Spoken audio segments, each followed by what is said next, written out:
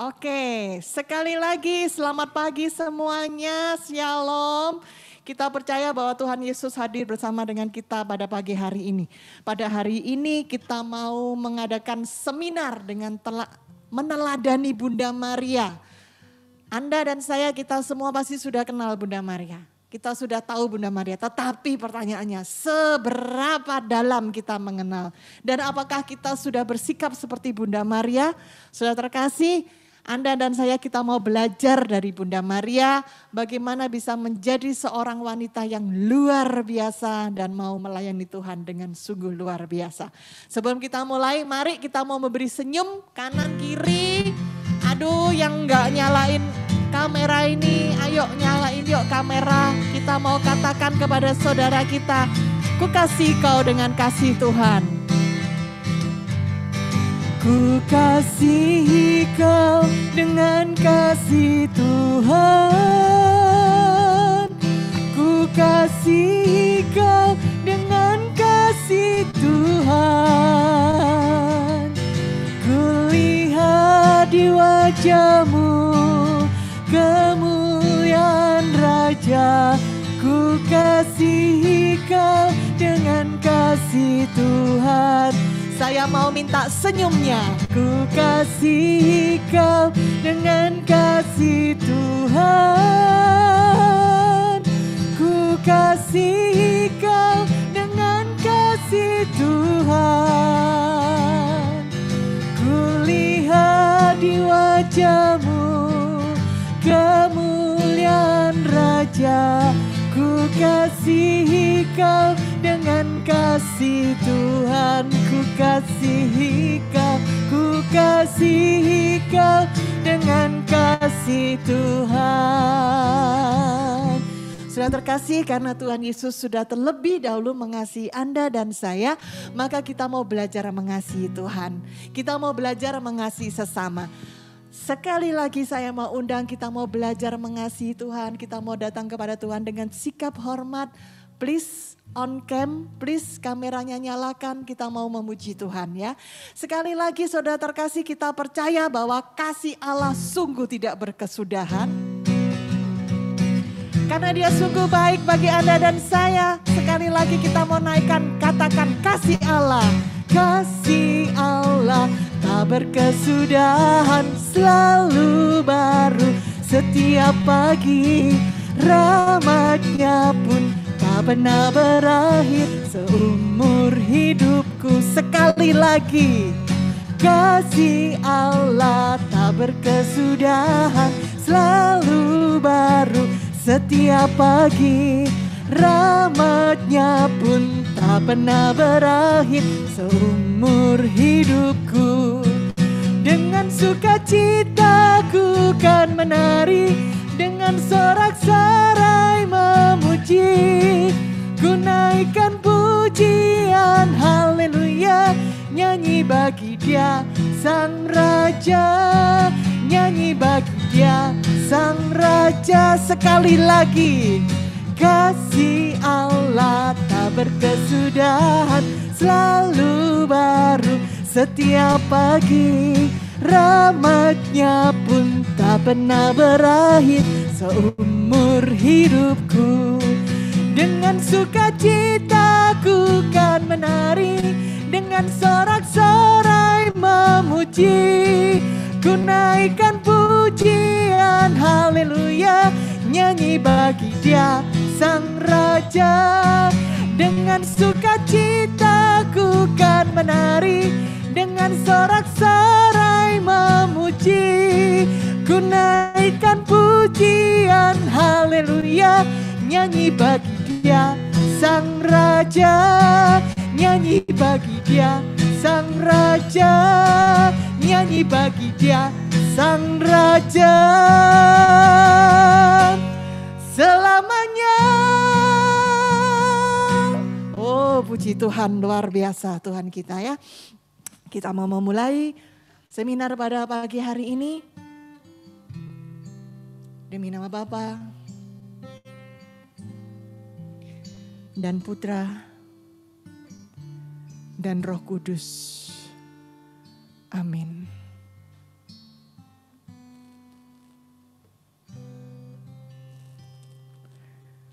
Tuhan, kami boleh rasakan Engkau hadir bersama dengan kami. Kami boleh merasakan hadirat-Mu ada saat ini bersama dengan setiap kami. Saat ini kami mau meletakkan semua Tuhan, keberisikan pikiran kami, keberisikan hati kami. Kami mau lebih fokus datang kepadamu. Kami letakkan semuanya apa yang kami pikirkan, apa yang membuat kami gelisah, resah di bawah kaki-Mu Tuhan. Saat ini kami mau datang kepadamu.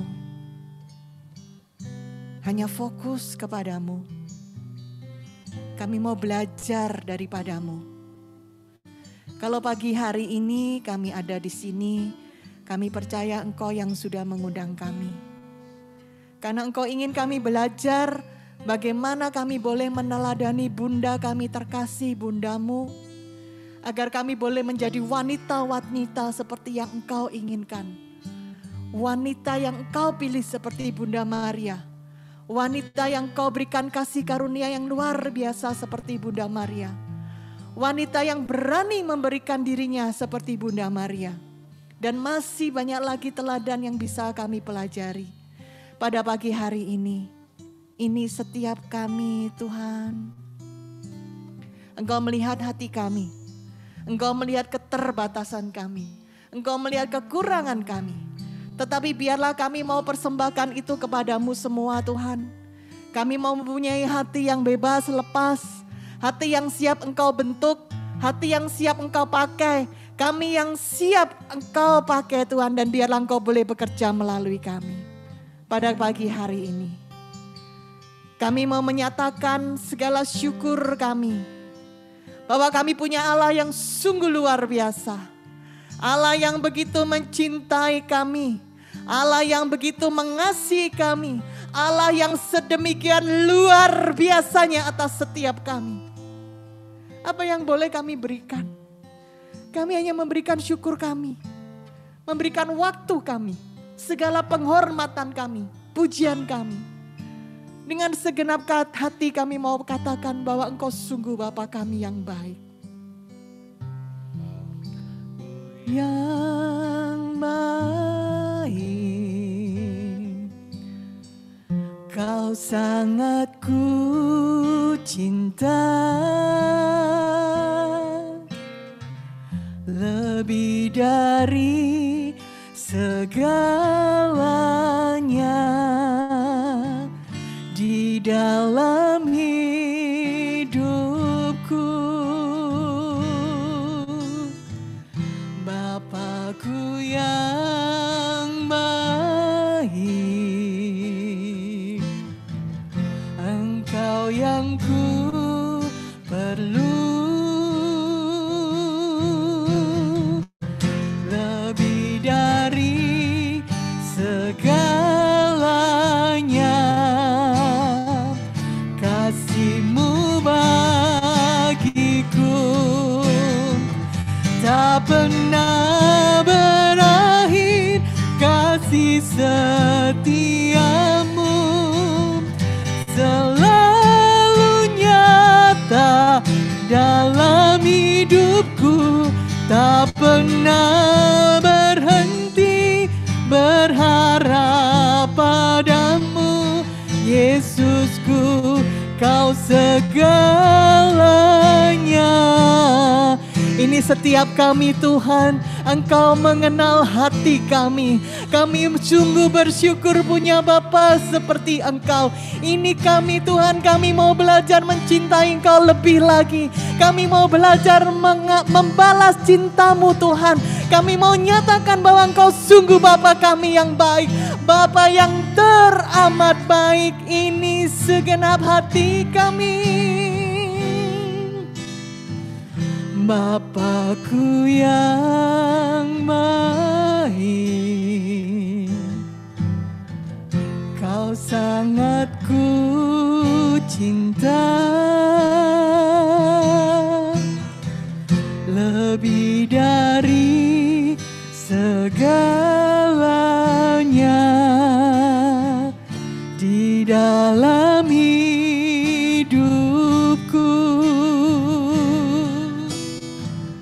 Bapakku yang baik, Engkau yang ku perlu,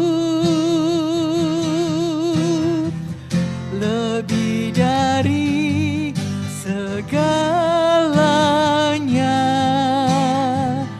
Kasih-Mu bagiku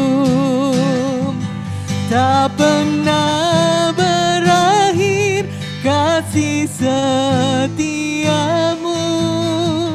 selalu nyata dalam hidupku.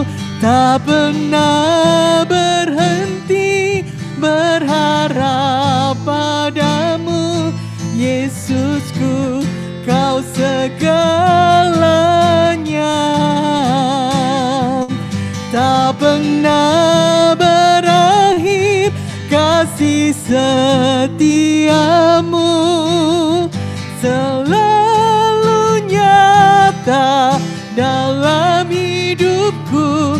Tak pernah berhenti berharap padamu, Yesusku, Kau segalanya. Benar Tuhan, Engkau hadir bersama dengan kami. Engkau Bapa kami yang baik, tak pernah berakhir cinta-Mu atas setiap kami. Tuhan, kami mau naikkan syukur kami hanya bagi-Mu. Tak pernah berakhir kasih setiamu, selalu nyata dalam hidupku. Tak pernah berhenti berharap padamu, Yesusku, Kau segalanya. Yesusku, Kau segalanya. Yesusku, Kau segalanya.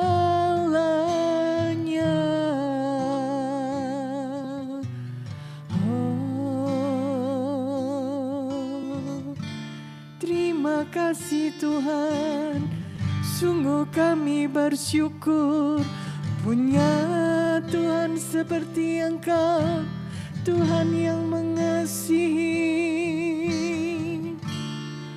Tuhan yang selalu hadir, Tuhan yang tak pernah tinggalkan, Tuhan yang sungguh setia, Tuhan yang sungguh mencintai, Tuhan yang sungguh peduli, Tuhan yang selalu ada, Tuhan yang mendengar hati kami, Tuhan yang selalu peduli, Tuhan yang selalu beri yang terbaik, Tuhan yang sungguh ajaib, Tuhan yang sungguh hidup, Tuhan yang sungguh pengasih, Tuhan yang sungguh luar biasa.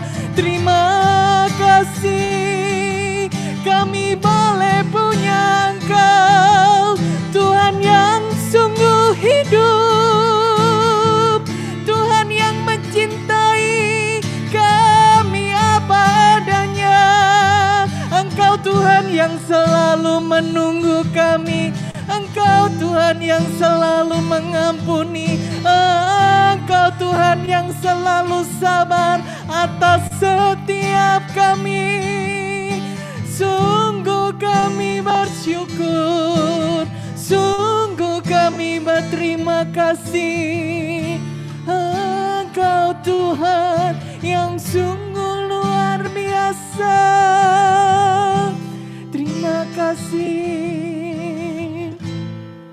Terima kasih Tuhan Yesus. Engkau mau pilih setiap kami untuk menjadi anak-anak-Mu. Engkau mau melayakkan setiap kami. Engkau selalu mengajarkan kami tentang kasih-Mu. Engkau mengajarkan kami melalui perjalanan hidup kami. Bagaimana Engkau Tuhan yang mencintai dan mendidik setiap kami. Terima kasih Tuhan. Terima kasih Tuhan. Engkau Tuhan yang tidak pernah meninggalkan kami. Engkau Tuhan yang selalu memberikan yang terbaik untuk kami. Terima kasih Tuhan. Pada pagi hari ini, biarlah kami duduk dengan tenang, fokus kepada Engkau, meninggalkan segala pekerjaan kami, meninggalkan apapun. Biarlah Engkau Allah Roh Kudus yang menjamah setiap kami, bekerja setiap kami, mengajar setiap kami, supaya kami benar-benar bukan hanya sebagai pendengar, tapi kami boleh menjadi pelaku, supaya kami boleh menyenangkan hati-Mu, seperti Bunda Maria menyenangkan hati-Mu. Mari Tuhan, ini waktu-Mu beracara melalui Monsinyur kami. Sungguh kami bersyukur Engkau mengirim Monsinyur di tengah-tengah kami. Kami percaya Tuhan, kuasa-Mu, urapan-Mu, hikmat-Mu, rahmat-Mu sudah memenuhi Monsinyur, sehingga beliau dengan bebas lepas boleh Kau pakai untuk menjadi perpanjangan lidah-Mu. Ini waktu-Mu Tuhan, beracaralah. Kemuliaan kepada Bapa, Putra, dan Roh Kudus, seperti pada permulaan, sekarang, selalu, dan sepanjang segala abad.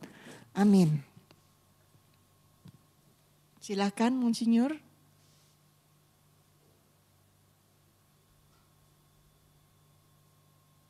Terima kasih untuk doanya yang mengantar dan mempersiapkan kita untuk pertemuan siang ini. Apakah suara saya cukup jelas? Terdengar Monsinyur, tapi kalau bisa lebih keras lebih baik. Oke.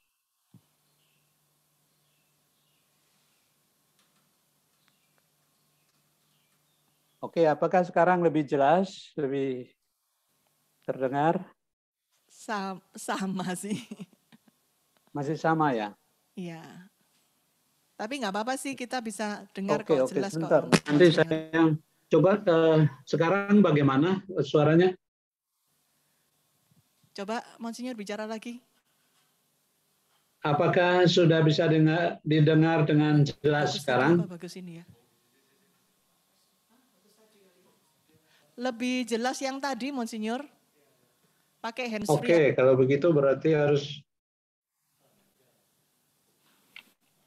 Oke, kalau jelas yang tadi saya coba saja yang sekarang. Ya, ini oke. Terima Monsinyur. kasih untuk Terima kasih. Untuk pengantarnya yang sudah mengantar kita semua, dan siang ini kita akan melihat beberapa hal yang sudah melalui Pak Hadi telah disampaikan kepada kami beberapa waktu yang lalu. Memang saya agak kaget juga melihat jadwal yang diadakan pada siang hari, tetapi juga sangat senang karena mudah-mudahan jaringan kami tidak terganggu, karena di Kalimantan Utara seringkali jaringannya juga sangat tidak stabil. Ya. Sebelum memulai merefleksikan tentang Bunda Maria sebagai teladan kita atau yang ingin kita jadikan sebagai teladan, saya ingin untuk masing-masing kita mungkin merenungkan perjalanan pengalaman kita sebagai orang Kristiani berhadapan dengan Allah sendiri dan secara khusus dengan Bunda Maria. Kalau saudara-saudari mengamati apa yang sebetulnya membuat kita tertarik pada seseorang, mengagumi, dan kemudian mendorong kita untuk mengambil orang tersebut sebagai model dan teladan kita. Dari pengalaman sehari-hari kita melihat bahwa apa yang membuat kita ingin meniru seseorang terletak di dalam tubuh. Ada sesuatu yang menarik perhatian kita, yang menarik hati kita untuk mengatakan, saya ingin untuk mengikuti atau mempunyai gaya seperti orang ini. Dan itulah pengalaman manusiawi yang kita alami di dalam kenyataan hidup sehari-hari. Ayah dan ibu di dalam rumah bisa memperhatikan putrinya ketika mereka masih kecil. Ada yang sangat mengidolakan ayahnya, ada yang mengidolakan ibunya. Dan mengidolakan itu tentu saja muncul dari keakraban yang dibina. Suatu keakraban yang muncul dari relasi dari hari ke hari sejak mereka masih bayi. Kemudian menjadi anak-anak kecil yang kagum pada kebesaran orang tuanya. Maka tidak heran sejak kecil misalnya ada orang yang di dalam hidup rohani misalnya melatih anak-anak dengan mudah mereka meniru orang tuanya yang berdoa. Tetapi juga ada anak-anak, baik pria maupun perempuan, bisa saja juga memaki-maki dengan kosakata yang mirip seperti yang biasa ditularkan oleh keluarga, oleh orang-orang terdekat mereka. Baik itu orang tuanya sendiri atau asisten rumah tangga. Orang-orang muda juga misalnya sangat tertarik untuk meniru apa yang dibuat oleh ayah mereka. Kalau bapak yang suka merokok, itu kita tidak usah heran karena anaknya yang laki-laki maupun perempuan akan suka juga bermain dengan asap. Dan pada suatu saat mereka juga akan merokok tanpa perlu banyak latihan karena ketertarikan mereka melalui suatu pengalaman sendiri. Orang-orang muda sekarang misalnya sangat suka dengan tokoh-tokoh tertentu yang mereka ikuti. Dan itu bermula dari perasaan ingin tahu dan sangat senang. Mereka yang suka sepak bola, kalau pada waktu-waktu yang lalu misalnya Ronaldo dengan cara guntingnya sedemikian rupa itu ditiru oleh anak-anak. Bahkan sesudah mengisi gol dan membuat tanda salib itu juga sering dilakukan oleh anak-anak. Cara berdiri Ronaldo yang mengangkat kakinya itu juga semua berpangkal dari suatu internalisasi, penghayatan, pengalaman ketertarikan pada pribadi-pribadi yang tertentu itu. Begitu juga kita sekarang pada hari ini ingin berbicara tentang Maria sebagai teladan. Tetapi pertanyaannya, apakah dari kita sebagai orang Kristiani ini, dari saat ke saat, melihat sesuatu yang menarik dari Bunda Maria sendiri. Dan ketertarikan kita tentu akan berjalan dan mempunyai proses tertentu. Banyak dari kita seperti saya sendiri, ketika masih kecil, langsung berdoa rosario tanpa mengenal siapakah sesungguhnya kedudukan Maria seperti apa. Itu pertanyaan yang datang kemudian. Tetapi kami masuk di dalam rutinitas. Banyak dari kita menerima Bunda Maria maupun ajaran lain di dalam gereja sebagai suatu praktek yang kita adakan, yang kita terima dari orang-orang yang memberitahu kita. Bahkan sejak kecil berlomba untuk menghafal doa-doa dasar seperti Salam Maria, Bapa kami, aku percaya, sebelum komuni pertama, doa-doa, iman, harap, dan kasih, semua doa-doa mendasar itu kita lakukan seringkali tanpa merefleksikan lebih dulu. Dan di dalam bidang keagamaan itu juga hal yang bagus. Kondisi yang diciptakan. Maka pengalaman keagamaan mengandung unsur-unsur indrawi yang melibatkan kita untuk mengenal Allah melalui apa yang kita rasakan, apa yang kita lihat, apa yang kita dengar. Seperti tadi juga kita memulai pertemuan kita ini dengan menciptakan suasana di mana hati kita terbuka untuk firman, untuk kegembiraan, untuk suatu pelepasan diri dari kesibukan, tetapi juga membawa kesibukan kita di dalam pembicaraan bersama di dalam terang Allah sendiri. Dan dengan demikian, sama seperti aspek-aspek manusiawi. Lihat saja sekarang begitu banyak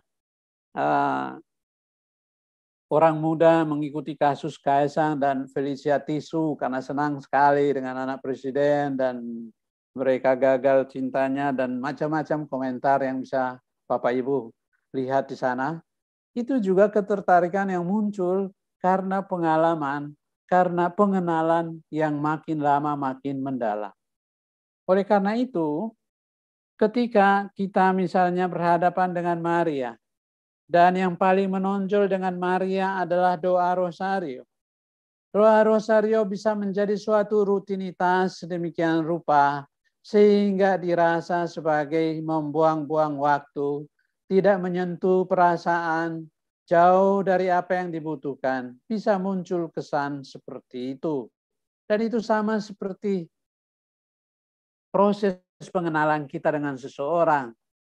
Ketika kita berjumpa dengan orang tertentu di bis yang sama setiap kali kita berangkat kerja, lama-kelamaan rutinitas itu bisa mengarahkan kita untuk menjadi akrab, dan kalau ada keterbukaan bisa menjadi bentuk pengungkapan diri. Oleh karena itu, kita juga pada hari ini ingin pertama-tama sebelum kita berbicara tentang teladan-teladan seperti apa, saya ingin mengingatkan mengenai pentingnya dasar ini. Dasar pengalaman rohani yang diperoleh pertama-tama lebih dulu melalui suatu pengalaman mengenal Allah sendiri, mengenal Bunda Maria sendiri. Oleh karena itu, sebelum berbicara tentang meneladani Maria, di dalam hati orang Katolik harus lebih dulu muncul suatu kerinduan untuk mengenal Dia, suatu persahabatan yang kalau dulu dalam rutinitas berdoa rosario sekarang masuk ke kedalaman pribadi sebagai suatu percakapan dari seorang pribadi ke pribadi yang lain. Bapak Ibu di Jawa selalu bilang tresno jalaran solko kulino, tapi di dalam bahasa gereja, misalnya Bapak Ibu bisa melihat dari Injil Yohanes, ya, surat pertama Yohanes bab 4 ayat 8. Di sana misalnya dikatakan, barang siapa tidak mengasihi, dia tidak berasal dari Allah, karena Allah adalah kasih. Sebelum orang meneladani Maria, harus lebih dulu ada bentuk kasih itu. Barang siapa tidak mengasihi, ia tidak mengenal Allah, sebab Allah adalah kasih. Inilah dasar yang pertama sebelum kita bicara tentang bagaimana meneladani Bunda Maria sebagai orang beriman. Oleh karena itu, dengan pengantar ini beberapa hal yang bisa kita lakukan.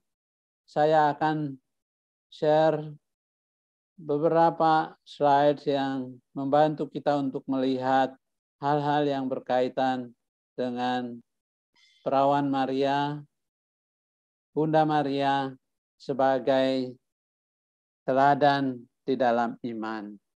Dan terima kasih untuk kesediaan saudara-saudari yang dengan penuh semangat di siang seperti ini ingin dibakar oleh kasih Bunda Maria sendiri yang ditempatkan di dalam gereja sebagai teladan. Seperti introduksi saya, kalau kita tidak mengenal seseorang dan terbuka, dirinya pun tidak mungkin akan kita cintai, apalagi kita ikuti sebagai teladan. Dan cinta kasih itu dimulai dengan pengenalan.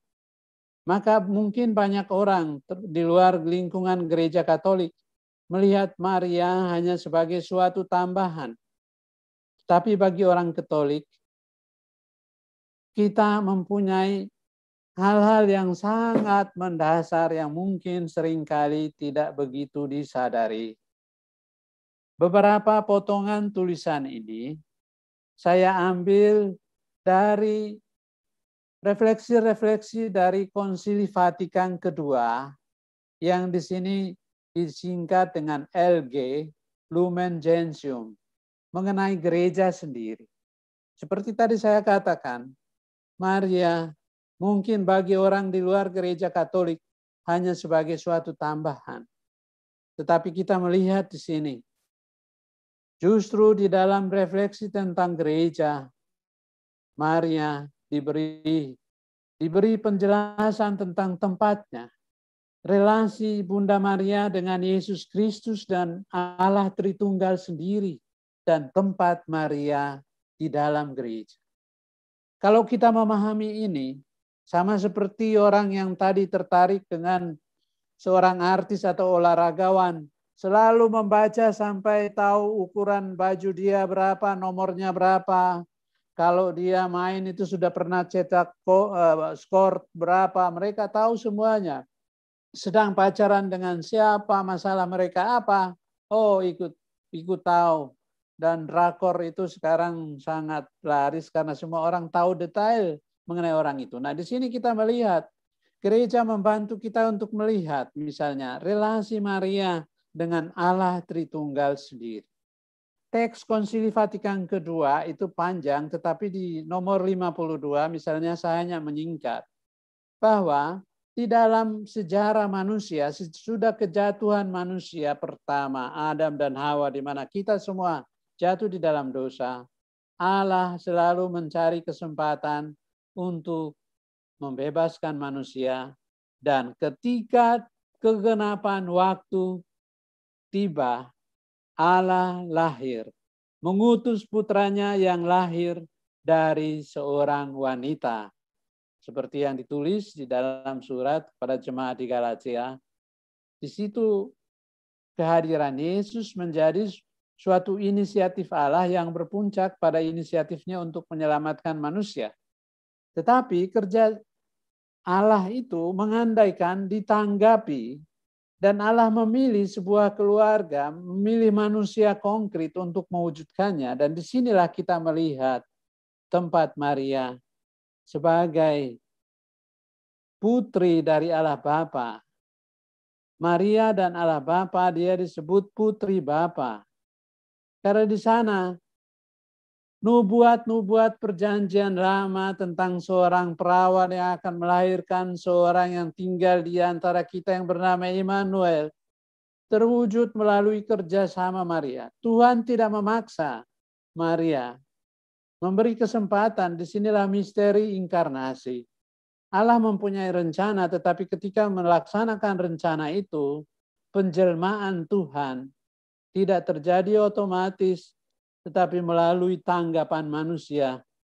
Dan Maria di dalam rencana itu menempatkan diri sebagai orang percaya. Dan karena itu dia melahirkan putra yang bukan merupakan hasil dari hubungan antar manusia, tetapi karena dinaungi oleh Roh Kudus, maka Maria juga menjadi bunda dari pribadi Allah yang kedua, yakni Allah Putra. Karena itu biasa kita daraskan di dalam rosario kita. Apalagi berkaitan dengan kehadiran Yesus sendiri. Maria dibebaskan secara istimewa oleh Allah dari noda dosa asal sehingga dia terkandung tanpa noda, dan Maria sendiri menjadi kenisa Roh Kudus itu sendiri. Kalau kita sebagai orang Kristiani, apa yang masih kurang? Relasi Maria dengan Allah Tritunggal itu begitu mempunyai tempat yang istimewa sehingga tidak ada seorang pun yang mirip relasinya dengan Allah seperti Maria yang dialaminya dalam kesatuan dengan Allah Bapa, Putra, dan Roh Kudus. Dan oleh karena itu, kita sendiri sering membaca surat Rasul Paulus bahwa kita adalah tubuh Kristus dengan Kristus itu sebagai kepalanya. Tapi perlu di sini kita melihat gereja yang mengakui diri sebagai tubuh Kristus ini menerima Kristus yang lebih dulu menjelma dan dikandung oleh Maria sendiri. Gereja yang lahir itu justru diterima lebih dulu kepalanya oleh Maria yang mempunyai peran mendasar imannya untuk menerima Yesus dalam dirinya. Maka menjadi sulit sekali bagi kita. Sulit sekali bagi kita untuk bisa melihat bagaimana sebuah gereja bisa melupakan Maria dan tempatnya di dalam gereja itu. Sulit untuk kita bisa mengatakannya itu. Oleh karena itu kita lihat saja misalnya dalam ayat-ayat kitab suci. Sudah diberi bayang-bayang bagaimana nanti peran penyelamat yang juga menyinggung tentang seorang perempuan. Misalnya dalam kitab Kejadian di sana, terutama ayat yang bab 3 ayat yang ke-15. Aku akan mengadakan permusuhan antara engkau dan perempuan ini. Itu sabda Allah kepada ular yang telah membawa manusia pertama dalam dosa. Antara keturunanmu dan keturunannya. Keturunannya akan meremukkan kepalamu dan engkau akan meremukkan tumitnya. Gambaran tentang Maria yang kemudian mengalahkan setan itu digambarkan di banyak patung kita. Maria menginjak kepala ular dan seterusnya. Untuk melukiskan simbolisme yang sudah mulai kita terima dari kitab Kejadian dari awal itu. Begitu juga misalnya kita melihat kehadiran Maria di dalam gereja. Terjadi sesudah kebangkitan Yesus dan kenaikannya ke surga. Bagaimana Maria tetap tinggal di sana, misalnya dalam Kisah Para Rasul bab 1 tentang bagaimana para rasul setiap hari menjalankan kehidupan mereka sudah kebangkitan Kristus. Dikatakan dalam ayat yang ke-14, dengan sehati mereka semua bertekun di dalam doa bersama dengan beberapa perempuan. Dan di situ disebutkan misalnya soal Maria, ibu Yesus dan saudara-saudara Yesus. Di mana Maria selalu ada di dalam cikal bakal gereja yang lahir dari iman akan Yesus itu, yakni para rasul yang menjadi saksi kebangkitan dan pewarta-pewarta pertama tentang Yesus yang bangkit. Begitu juga Injil Yohanes bab 19. Ketika Yesus melihat ibunya di bawah salibnya, sana berdiri dengan murid yang dikasihi yang berdiri di sampingnya, berkatalah dia kepada ibunya, "Ibu, inilah anakmu," dan kemudian kepada muridnya, "Inilah ibumu." Dan sejak saat itu murid itu menerima dia di dalam rumahnya.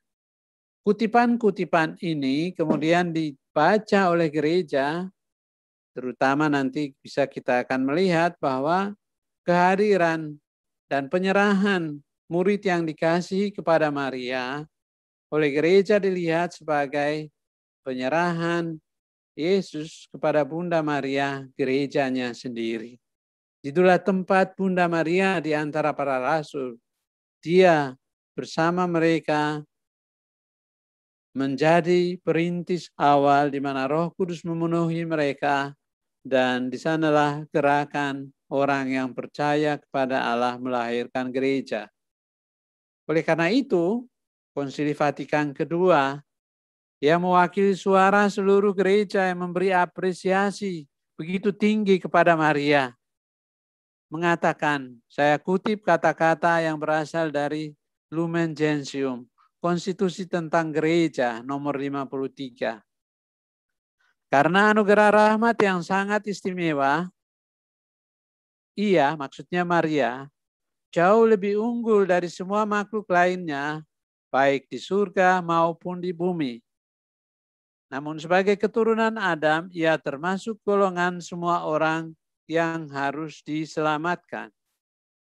Maria, teladan termulia gereja, menurut iman, menurut kasih, dan kesatuan penuh dengan Kristus. Nah, disinilah kita melihat tadi peran yang sangat khusus relasi Maria keunggulannya, bagaimana dia mengantisipasi keselamatan yang kita akan peroleh melalui Yesus, sudah dialami oleh Maria ketika Allah sejak dalam kandungan membebaskan dia dari dosa asal. Tetapi Maria pun adalah orang beriman yang memerlukan diselamatkan melalui keterlibatan imannya. Kita lihat bagaimana pergulatan Maria sejak menerima kabar malaikat itu sampai wafatnya Yesus dan sesudah periode gereja. Di sana ada unsur iman, ada unsur kasih yang mendalam. Begitu juga seperti tadi kesatuan erat dengan Allah Tritunggal sendiri yang memberi gambaran bagaimana gereja pun harus mengikuti proses yang sama. Maka karena itu juga dikatakan Maria dalam gereja kudus menduduki tempat paling luhur sesudah Kristus dan paling dekat dengan kita. Nah, inilah titik tolaknya mengapa kita menjadikan Maria bisa menjadi teladan kita, karena kendati relasinya, kedudukan yang sangat unggul itu, dia pun menjadi bagian dari kehidupan kita, mengalami peristiwa-peristiwa seperti yang kita alami sebagai manusia.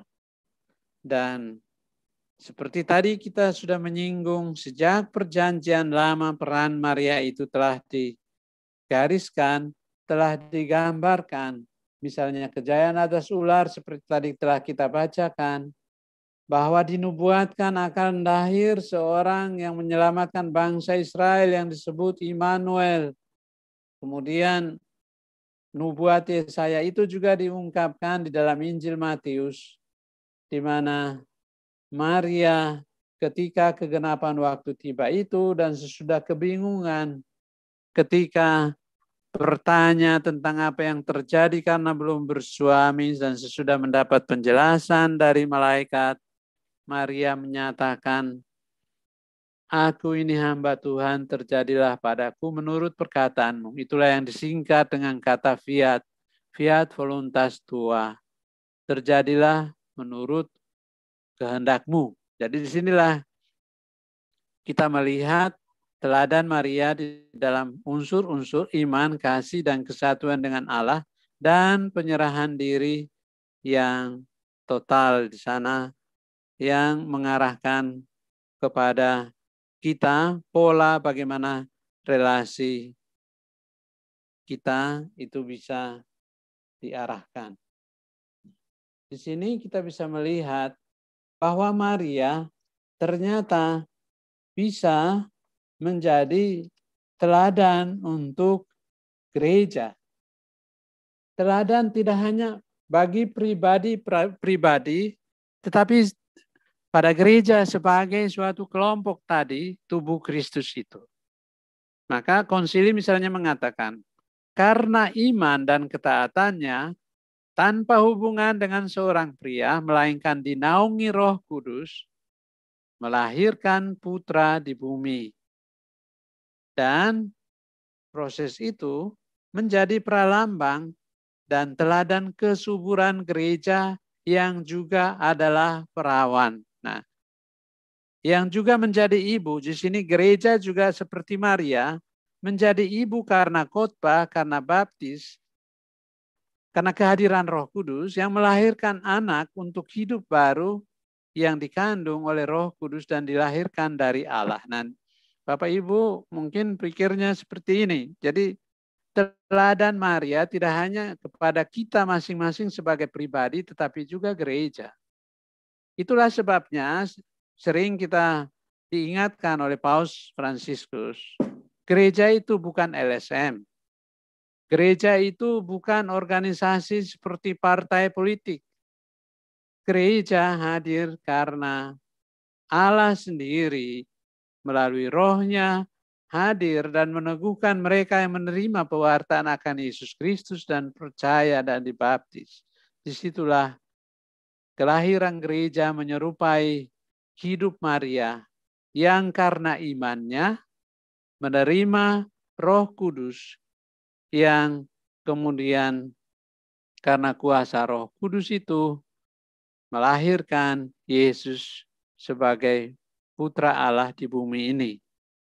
Oleh karena itu dengan sangat agung, Santo Leo Agung mengatakan, asal-usul yang diambil Kristus dalam rahim perawan diletakkan pula dalam bejana baptis yang melahirkan di sini orang beriman, umat beriman. Jadi di sini ada paralel seperti itu.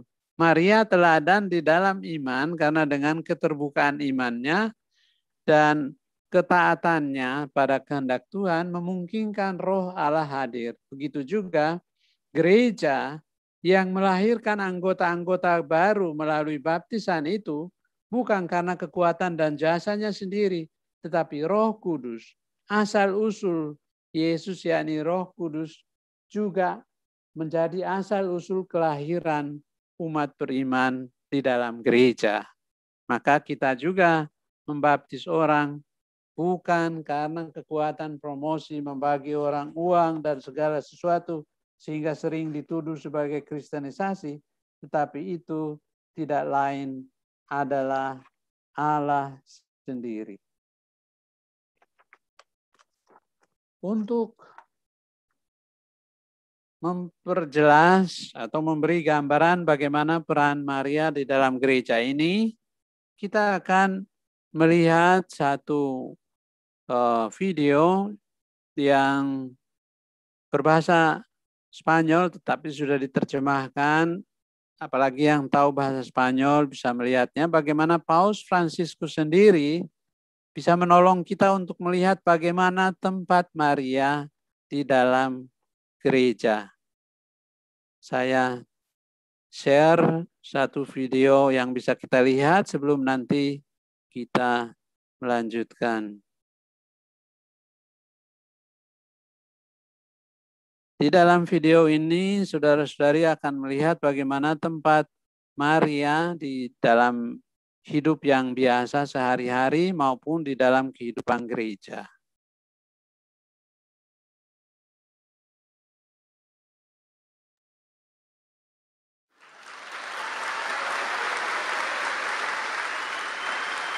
Como sabemos de su gran amor a la Virgen María, quisiéramos que nos hable de su visión sobre la misión que tiene María en la nueva evangelización y en la renovación de la Iglesia.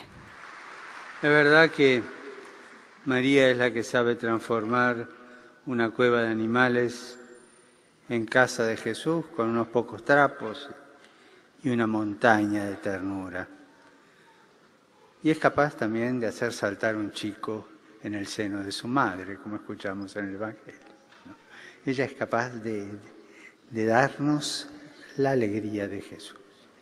María es fundamentalmente madre.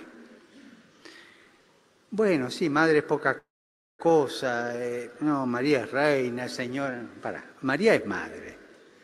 ¿Por qué? Porque te trajo a Jesús. Voy a contar una anécdota muy dolorosa para mí. Y me invitó a cenar un matrimonio con varios hijos católicos, pero que eran profesores de teología y estudiaban mucho, ¿no? Y de tanto estudiar, no sé, tenían un poquito de fiebre en la cabeza, ¿no? Y entonces, en un momento de la conversación hablaban de Jesús, muy bien, ¿eh? Realmente una teología, una cristología muy bien hecha. Y al terminar me dicen, y bueno, nosotros ya conociendo a Jesús así, no necesitamos a María. Por eso no tenemos devoción mariana. Yo me quedé helado, ¿no? Es decir, me quedé triste, mal. Es decir, cómo el demonio, bajo una forma de mejor, quita lo mejor, ¿no? Pablo dice que nos tienta bajo ángel de luz, ¿no? Y es una María sin maternidad. María es madre, primero. No se puede concebir ningún otro título de María que no sea la madre. Ella es madre, porque engendra a Jesús y nos ayuda con la fuerza del Espíritu Santo a que Jesús nazca y crezca en nosotros. Es la que continuamente nos está dando vida. es madre de la Iglesia. Es maternidad. No tenemos derecho, y si lo hacemos estamos equivocados, a tener psicología de huérfanos. O sea, el cristiano no tiene derecho a ser huérfano. Tiene madre, tenemos madre.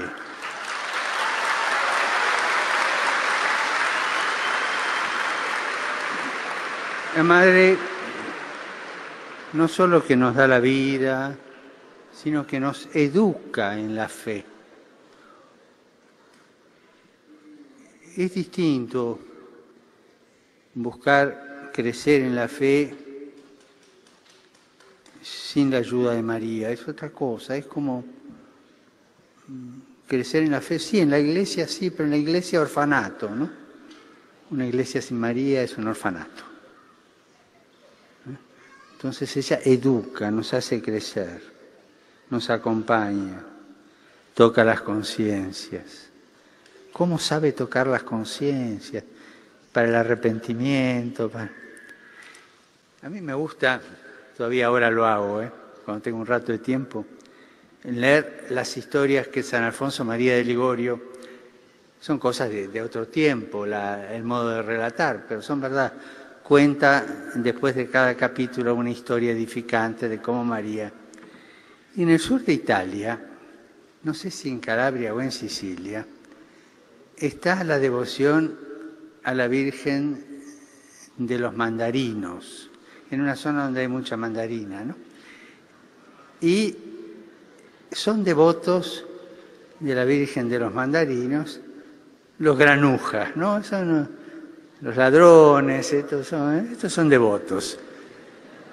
Y cuentan que la Virgen de los Mandarinos los quiere y le rezan porque cuando lleguen al cielo, ella está mirando la cola de la gente que llega, ¿no? Y cuando lo ve a alguno de ellos, les hace así con la mano y le dice que no pasen, que se escondan. Y a la noche, cuando está todo oscuro y no está San Pedro, les abre la puerta. O sea, es una manera muy folclórica y muy popular de una verdad muy grande, ¿no? De una teología muy grande. Una madre cuida a su hijo hasta el fin y trata de salvarle la vida hasta el fin. De ahí la tesis de San Alfonso María de Ligorio, que un devoto de María no se condena, ¿no? Pero esa es la última, ¿no? O sea, durante toda la vida sabe tocar las conciencias, ¿no? Y acompaña en eso, nos ayuda. María es la que ayuda a bajar a Jesús, en el abajamiento de Jesús, lo trae del cielo a convivir con nosotros. Y es la que mira, cuida, avisa, está. Hay una cosa que a mí me llega mucho. La primera antífona mariana de Occidente es copiada de una de Oriente, que dice: bajo tu amparo nos acogemos, Santa Madre de Dios.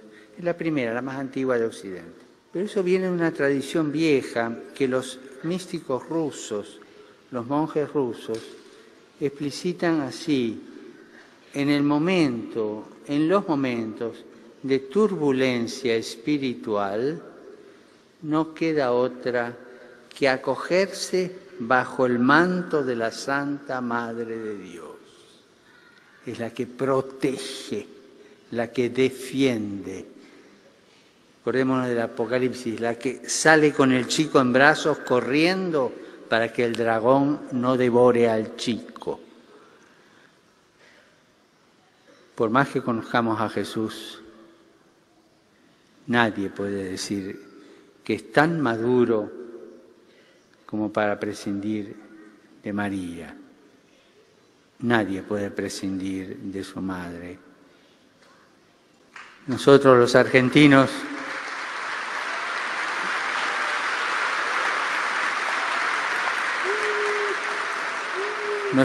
argentinos cuando encontramos una persona que tiene huellas de maldad o de mal comportamiento, y un poco por carencia, porque no la quiere o porque la abandonó del cariño de su madre, tenemos una palabra fuerte, que no es mala palabra, es un adjetivo fuerte. Y le decimos, esta persona es un guacho. El cristiano no puede aguacharse, porque tiene a María como madre.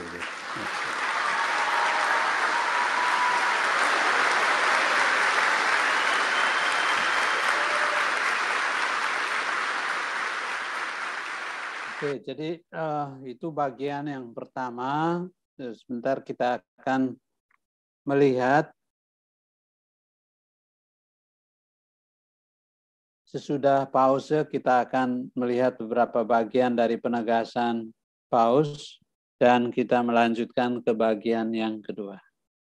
Saya kembalikan ke teman-teman yang menjadi moderator untuk melanjutkan pause selama berapa menit seperti direncanakan.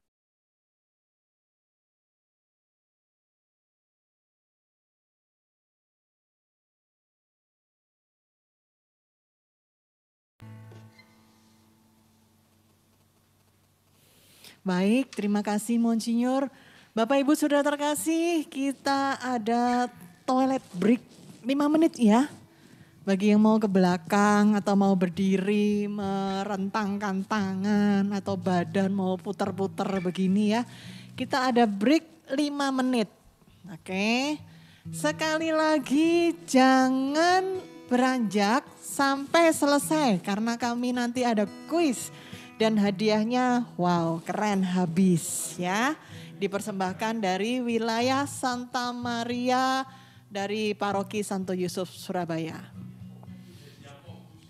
Sorry Yakobus.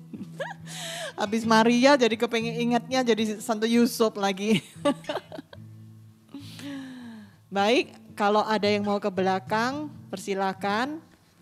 Nah ini saya nggak tahu ini, ada yang beberapa ke belakang tapi yang kameranya off saya nggak tahu lagi di belakang kah atau memang lagi tiduran kah atau lagi bagaimana saya tidak tahu. Itu David, wah David ternyata foto ya, saya kira David di depan kamera ini. Nah Yusi masih di depan kamera, Pak Handono masih adakah? Wah Ibu Sinta masih Ino hadir. Wah Pak Handono luar biasa.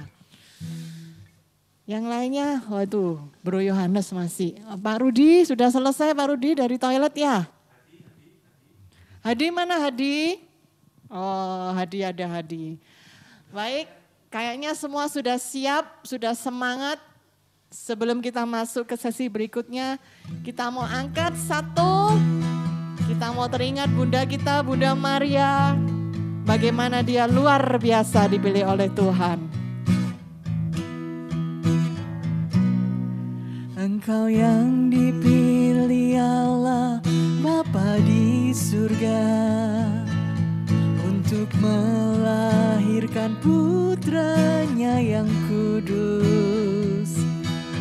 Engkaulah Bunda Kristus, Bunda Sang Penebus segala dosa manusia.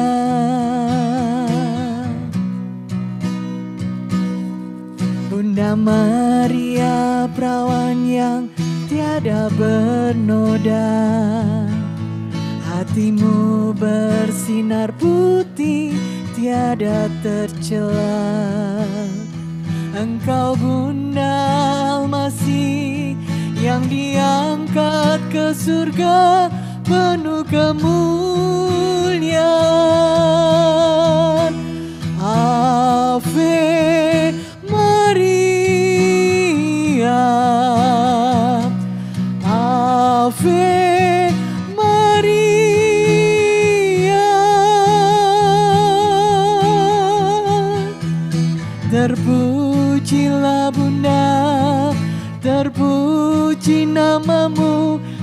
sepanjang segala masa. Ave Maria, Ave Maria.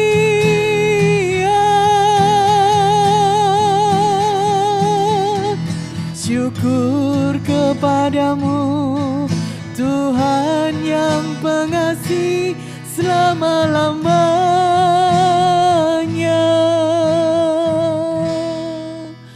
Baik, saya kembalikan kepada Monsinyur. Silakan Monsinyur.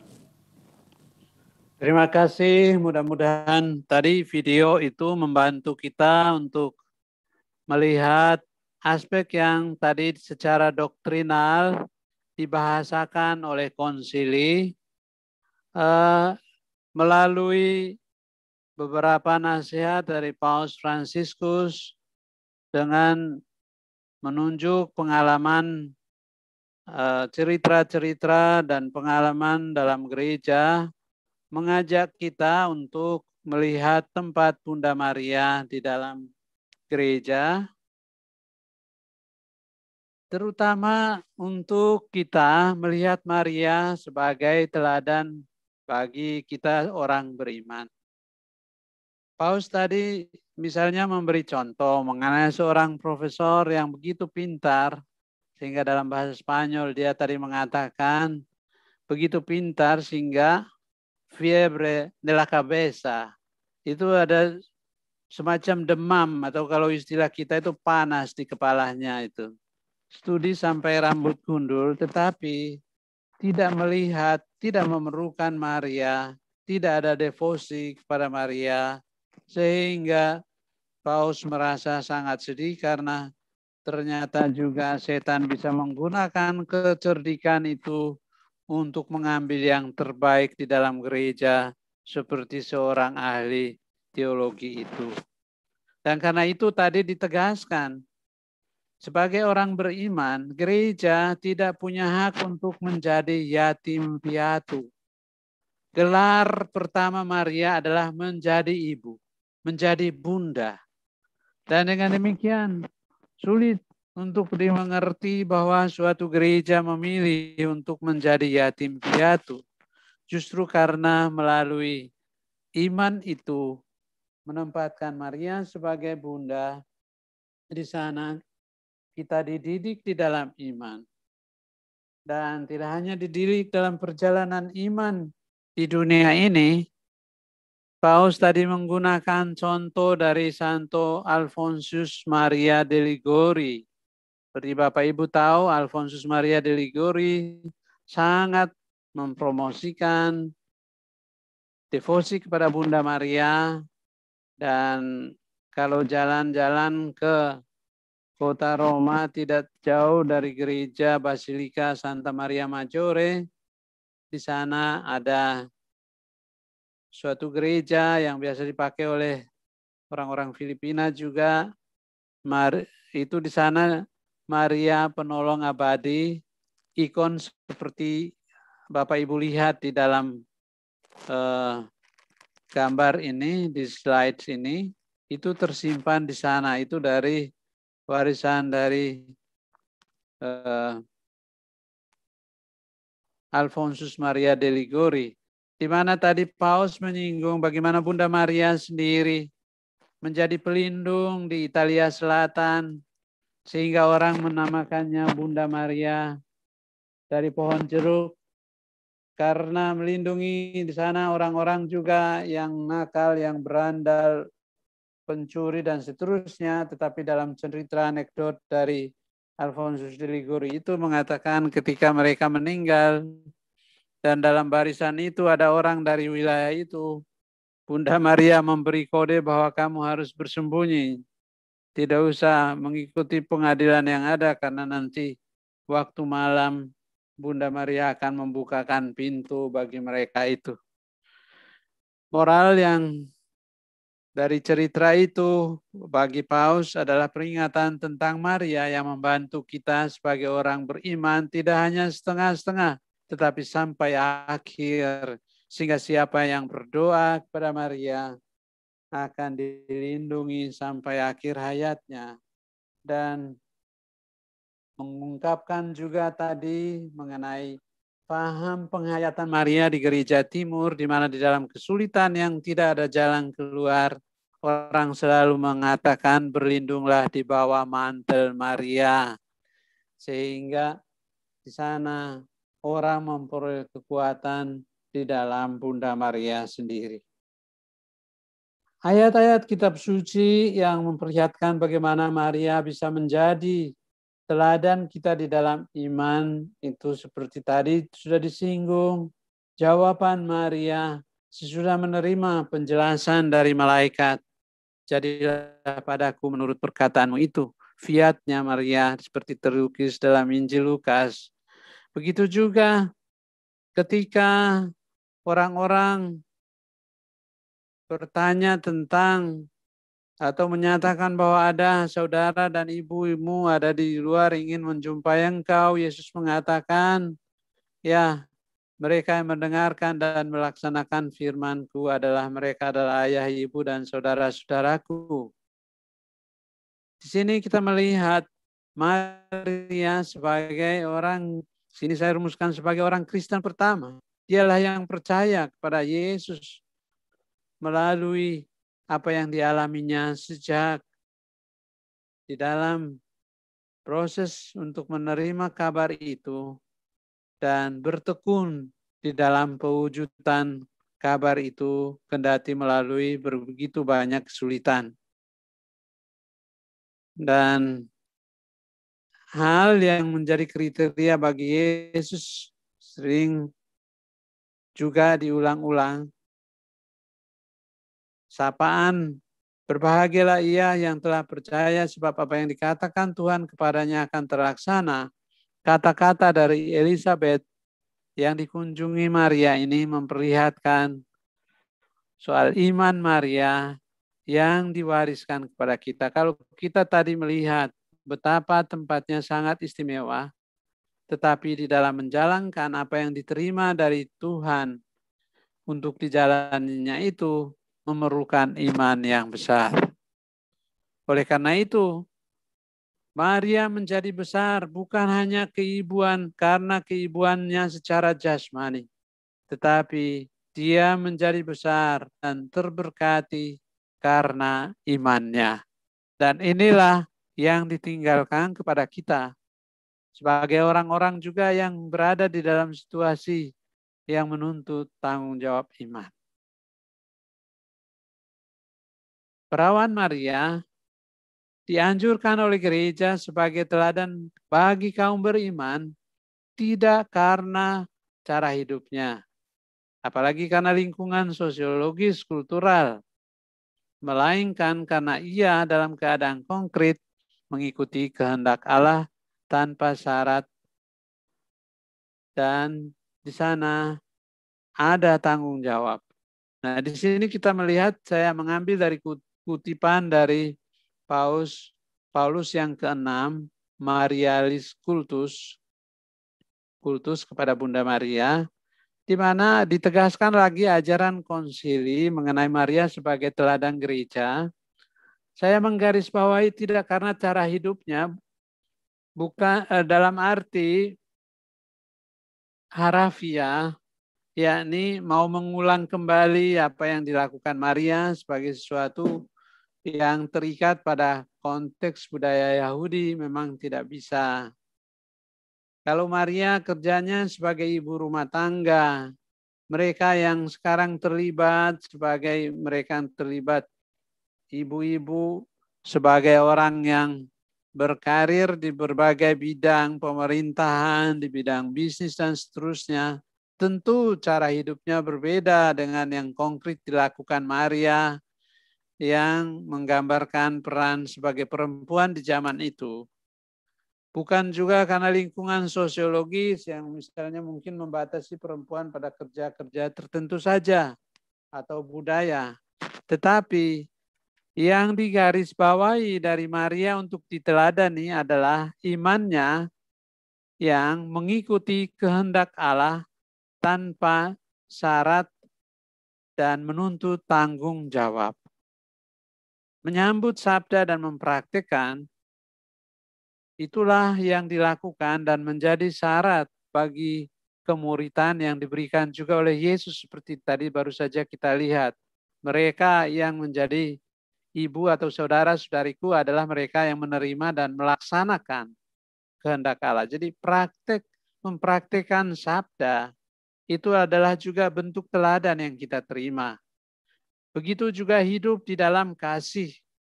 Bagaimana Maria terus di dalam segala kesulitan itu tidak pernah ngamuk dan protes pada Tuhan atas segala peristiwa yang dialami.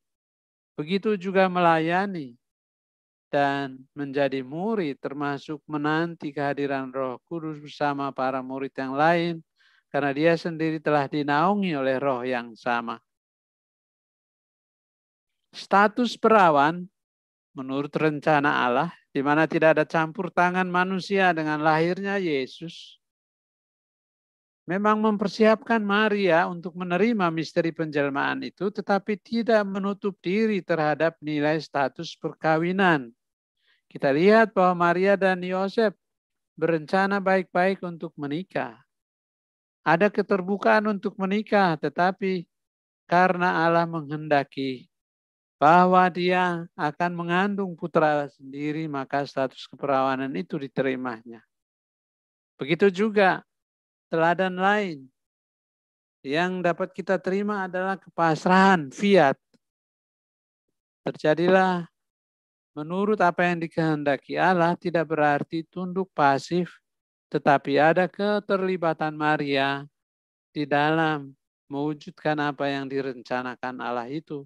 Inisiatif-inisiatif yang muncul misalnya dalam bentuk mujizat pertama Yesus dan berbagai inisiatif lain yang dilakukan Maria.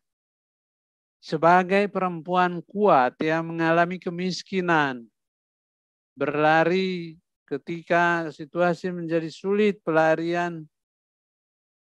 melarikan diri dari pembunuhan Herodes, pembuangan di Mesir karena harus menunggu sampai situasinya aman baru kembali. Begitu juga peristiwa salib itu menunjukkan bagaimana Maria sendiri hadir di dalam kesulitan-kesulitan yang seringkali juga dialami oleh orang beriman. Maria disebut tadi teladan iman, menjadi ibu orang beriman, karena di sana misalnya penyebutan Maria sebagai wanita dalam Injil Yohanes bab 2 ayat 4, soal awal penampilan Yesus, juga di dalam akhir karyanya di salib, Maria disebutkan di situ. Jadi ketika Yesus diberitahu oleh Maria bahwa mereka kekurangan anggur, kata yang digunakan di dalam bahasa Yunani itu menunjuk, hai wanita, apa yang engkau kehendaki.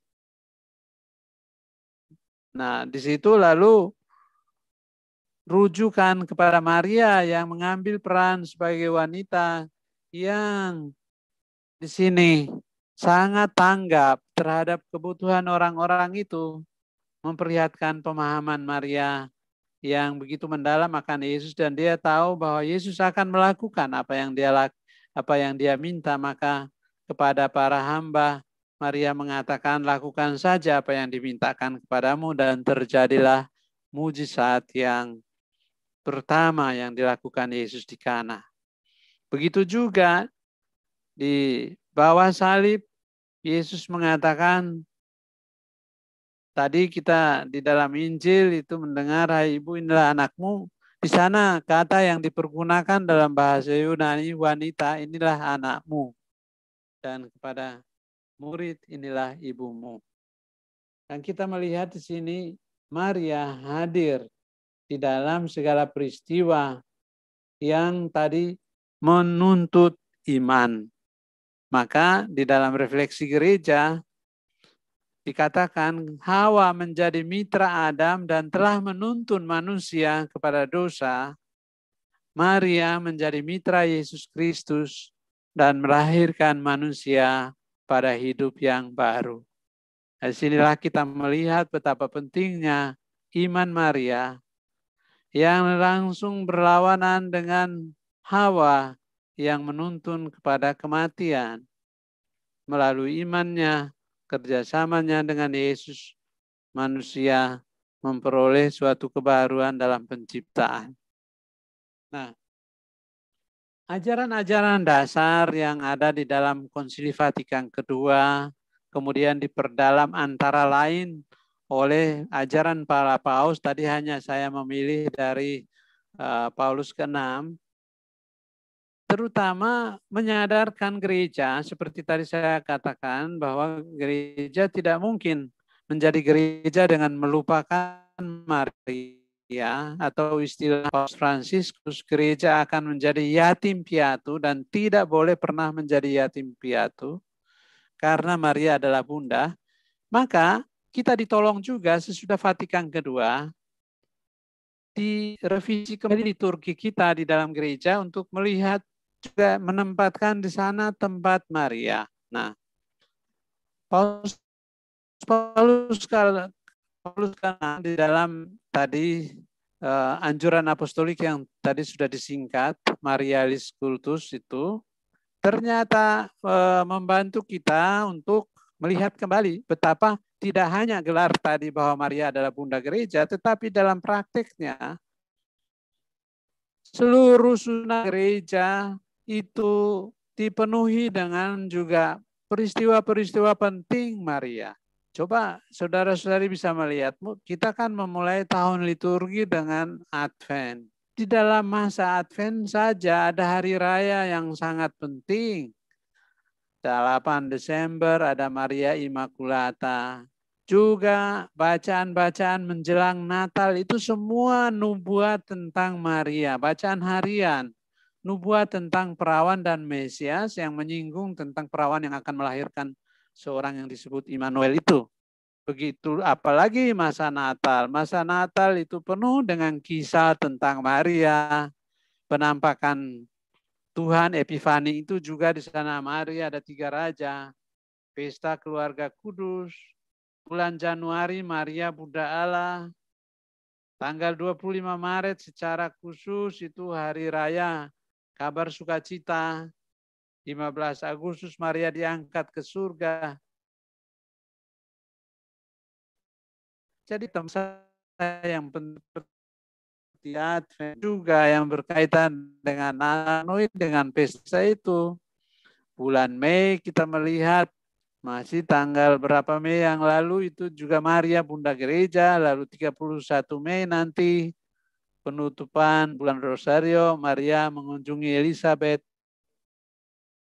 Di dalam liturgi kita begitu banyak pesta tentang Maria yang dirayakan oleh gereja karena begitu pentingnya Maria di dalam hidup gereja. Karena itu juga menjadi bagian dari doa.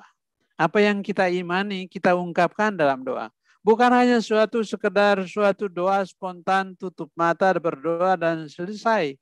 Tapi sungguh-sungguh suatu devosi yang terintegrasi di dalam hidup gereja. Sehingga bagi gereja Katolik, Maria bukan suatu tambahan. Ini hanya mengenai perayaan liturgi. Belum lagi para imam dengan pesta-pesta menurut keluarga. Kalau Bapak Ibu perhatikan logo saya di belakang ini ada itu Maria dari La Salette. Jadi Maria mempunyai peran begitu banyak sehingga kita dapat gambar Maria begitu banyak karena muncul di dalam sejarah gereja yang mewarnai spiritualitas kita. Jadi yang gambar palu alit itu di semua uskup MSF atau imam MSF menggunakannya. Di sebelah kiri itu ada catutnya, di sebelah kanan ada palunya atau palu dan catut yang menunjukkan penampakan Bunda Maria di Gunung La Salette di Grenoble di Prancis. Begitu juga pengalaman-pengalaman lain dari berbagai kongregasi, ada Maria Bunda Karmel, ada Maria, macam-macam Maria yang situ menunjukkan betapa Maria hadir di dalam gereja dan memberi pengalaman kepada orang beriman. Nah, sebagai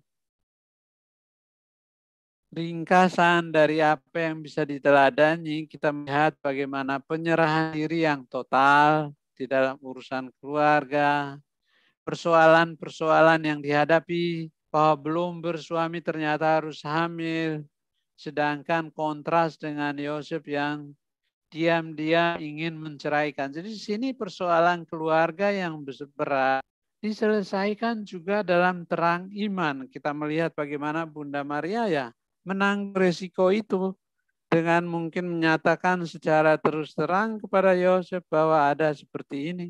Yosef pun berusaha menyelesaikan dengan caranya, tetapi kedua-duanya akhirnya disatukan oleh Allah sendiri melalui bantuan Allah.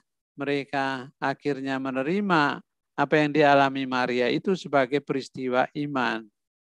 Begitu juga hal yang umum, yang lazim bagi banyak keluarga, soal mengurus anak, mencari Yesus di bait Allah, itu bagi banyak keluarga pasti heboh, saling menyalahkan antara pasangan suami istri, bahkan di budaya tertentu, di daerah-daerah yang sangat beda budayanya, pasti anaknya dirotani habis-habisan sesudah 3 hari tidak ketemu. Begitu juga penyaliban Yesus dengan segala tantangan, penganiayaan yang sulit untuk diterima, dan kehadiran Maria sampai lahirnya gereja juga menjadi bentuk-bentuk yang mengingatkan kita akan hal-hal yang bisa kita pelajari dari Bunda Maria yang juga mengalami perjuangan pergulatan iman seperti kita. Oleh karena itu, di dalam konsili ditegaskan lagi Maria sebagai teladan keutamaan. Artinya, ketika umat Kristiani mengalami perjuangan untuk mengalahkan dosa dan mengembangkan kesuciannya, mereka perlu mengangkat pandangan dengan belajar pada Maria yang di dalam rumusan konsili disebut bercahaya sebagai pola keutamaan. Apa yang harus dilakukan. Jadi Anda bisa melihat bagaimana Maria juga mendapat tempat dalam refleksi Vatikan II. Itu gambar para uskup seluruh dunia yang hadir dalam Konsili Vatikan II itu, di mana gereja Santo Petrus disulap menjadi ruang pertemuan mereka. Dan di sini gereja terus-menerus maju dalam iman, harapan, dan cinta kasih, serta dalam segalanya mencari dan menjalankan kehendak Allah. Gereja memandang Maria yang melahirkan Kristus. Jadi di sini gereja yang bertumbuh juga, terutama dalam iman, harap, dan cinta kasih, perlu belajar dari Maria. Agar melalui gereja, Kristus juga lahir dan berkembang juga dalam hati umat beriman. Jadi, sebagaimana Maria memperlihatkan bagaimana di dalam keluarganya, dalam ketaatan iman, Kristus bertumbuh, dicintai Allah dan manusia itu, bertumbuh di dalam iman, gereja pun belajar bagaimana bertumbuh dalam iman seperti Maria. Hal lain lagi, ini mungkin hal yang terakhir, bahwa Maria juga menjadi teladan kita di dalam doa. Nah, tadi dan kontemplasi. Iman tadi menjadi landasan yang kuat bagi Maria untuk juga dan menjadi sikap hidup Maria, yakni kontemplasi wajah Kristus. Maksudnya kontemplasi wajah Kristus adalah memandang, menyelami, memaknai, di sana diam di dalam mengikuti Kristus, seringkali melalui jalan-jalan yang sulit untuk secara segera dapat diketahui. Bayangkan sejak mengandung, melahirkan, membungkus dengan lampin misalnya. Ibu siapa yang bisa percaya bahwa Allah begitu lemah sehingga bisa dikandung. Kemudian pertanyaan-pertanyaan manusiawi seperti itu hanya dapat dialami oleh Bunda Maria dan dilampaui di dalam iman. Oleh karena itu, memang ada pertanyaan, ada kemampuan yang perlu dipelajari seperti yang dialami Bunda Maria melalui pergaulan dengan Yesus sejak di kandungan dan dalam pelayanannya di hadapan umum. Maria mampu untuk mengenal Yesus. Tatapan menusuk tajam, mampu memahami seperti yang terjadi di Kana. Karena jawaban Yesus sepertinya kedengaran di dalam Injil itu seperti menolak, tetapi Maria tahu bahwa Yesus akan mengikuti apa yang dimintanya. Tatapan perasaan sedih di bawah salib. Jadi semua hal yang berkaitan dengan Allah dan pengalaman hidup kita, baik dalam suka maupun duka, kita juga menemukannya di dalam hidup Maria. Dan ini tidak mudah ketika kita sungguh-sungguh mengalaminya. Ketika kita mengalami kesulitan dan seperti tidak ada jalan keluar, disitulah beberapa sikap dari Bunda Maria tampil dengan cemerlang. Nah, di dalam kontemplasi itu kita melihat misalnya pernyataan Injil Lukas bahwa Maria menyimpan segala perkara itu di dalam hatinya.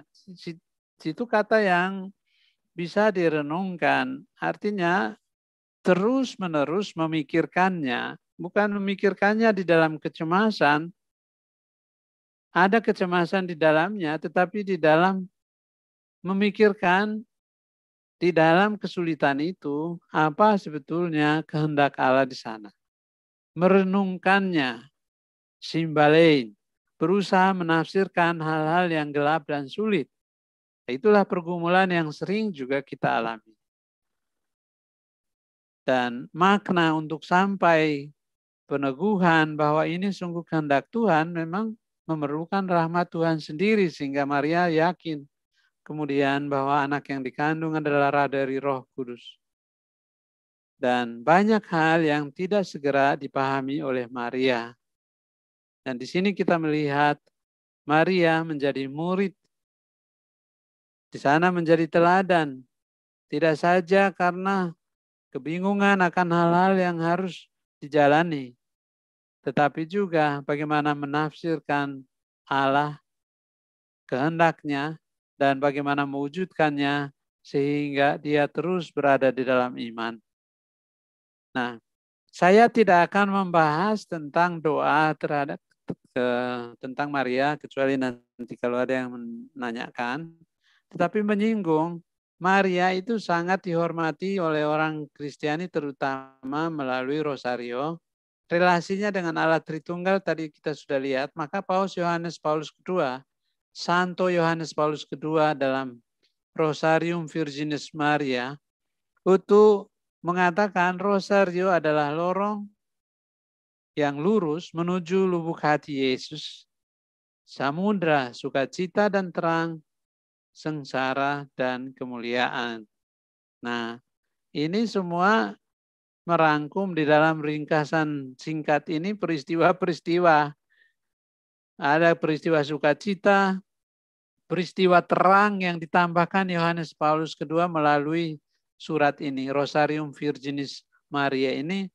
Paus Yohanes Paulus II menambahkan misteri terang, tetapi juga kita merenungkan sengsara dan kemuliaan Tuhan.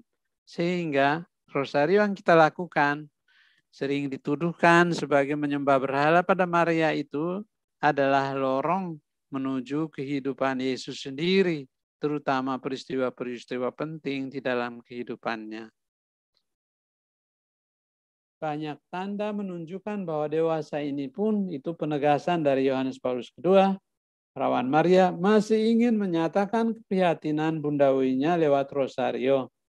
Sebelum wafatnya, Sang Juru Selamat mempercayakan putra-putri gereja dalam diri murid terkasih. Hai Ibu, inilah anakmu. Nah, inilah juga tafsiran dari Santo Yohanes Paulus II mengikuti apa yang diajarkan gereja bahwa peristiwa di bawah kaki salib menempatkan Maria di dalam gereja dan kita semua juga ada di dalam kehadiran Bunda Maria, baik sebagai Bunda Yesus Kristus maupun sebagai Bunda Gereja. Terima kasih, saya kembalikan ke moderator. Terima kasih, Monsinyur. Kalau saya perhatikan dari tadi di layar, kayaknya yang juara ini ada 3, 4 juaranya ini. Ada Pak Ignatius Rudi, Bapak Yohanes, ada Stella, sama Ita. Wah, juara ini. Baik, saudara terkasih, sebelum kita ada kuis ya. Sebelum kita kuis, sejenak kita mau menenangkan hati supaya kita bisa memberikan persembahan yang terbaik buat Tuhan.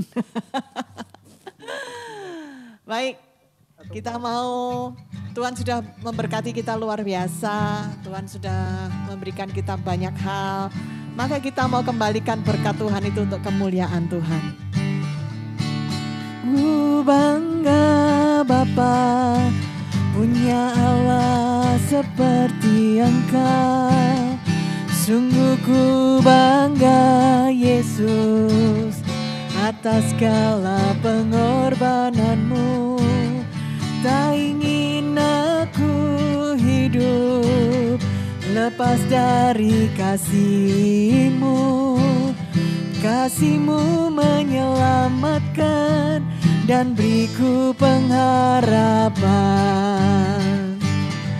Kini ku persembahkan apa yang aku miliki. Memang tiada berarti bila dibanding dengan kasih-Mu. Namun ku ingin memberi dengan sukacita di hati, karena ku tahu ini menyenangkan hati-Mu. Karena ku tahu ini menyenangkan hati-Mu.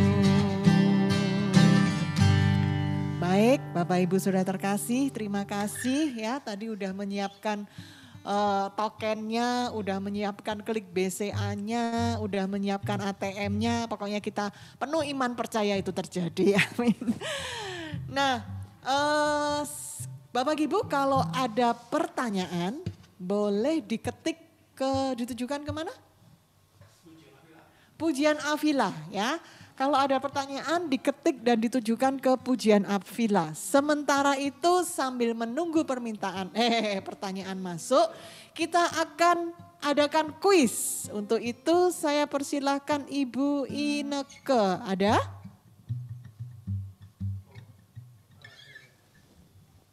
Halo. Apakah ada? Oh, Ada. iya, ada. Oke, silakan Ibu Ineke. Oke, sudah siap ya semua? Hadiahnya apa mungkin Bu Devi? Hadiahnya itu tadi saya sebutkan kulkas 2 pintu 3 jendela. Sudah ya? Sudah disebutkan ya? Belum. Oke. Hadiah yang pertama, ada fotonya enggak sih? Hadiah yang pertama kita mulai dari Rosario dulu ya, Rosario. Oke, Rosario Bu Ineke, hadiahnya adalah Rosario, tolong dicatat. Pertanyaannya silakan. Gini ya, karena ini pakainya kuisis, jadi ada 5 pertanyaan dan nanti juaranya adalah yang betul dan yang menjawab tercepat. Jadi sudah akan di-ranking sendiri oleh programnya ini. Karena ini semua sifatnya online, apakah bisa ya? Ini saya share linknya. Gimana Bu Devi, bisa nggak ya? Pakai link. Iya, bisa nggak ya? Link apa ya? Ya apa, Felix? Ya, karena kita belum koordinasi.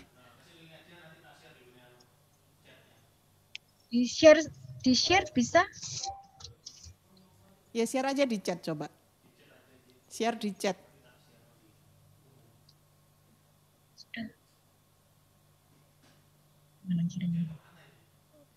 Di share di chat ya ke everyone ya.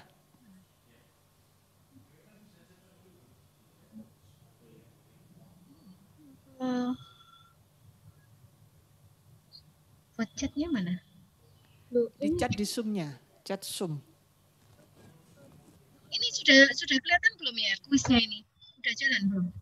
Maksudnya udah kelihatan kalau kuisisnya muncul nggak? Enggak muncul apa-apa.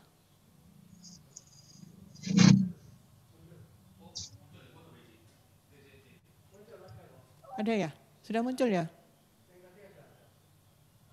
Everyone ya. Oke, itu sudah ada. Jadi sudah. Ya. Oke, sudah masuk. Oh, sorry ini salah. Salah bukan yang ini ya. Yang mana?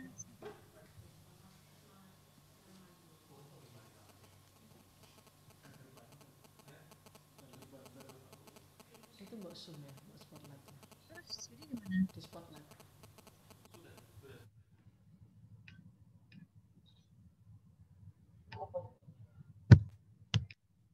Sorry ya, saya baru pertama kali pakai ini.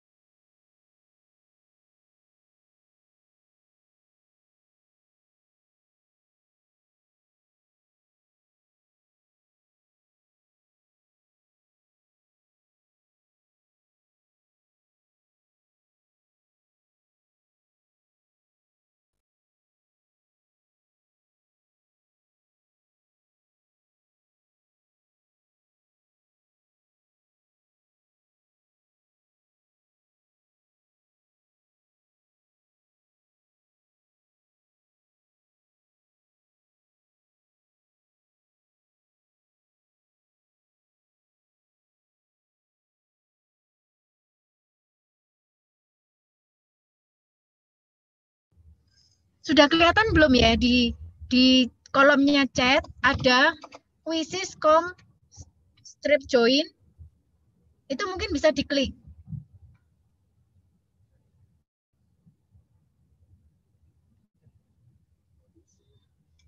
Apakah bisa? Semua bisa masuk nggak ya? Halo? Ineke. Ya? Oke. Ya. Sepertinya akan kesulitan ya. Ini aku sendiri sudah coba tapi ya enggak semudah itu. Mendingan biar diserahkan ke WL aja moderator biar 5 pertanyaan itu ditanyakan ke umat langsung. Pertanyaannya tak kasihkan ke ke tim pujian aja, Ji.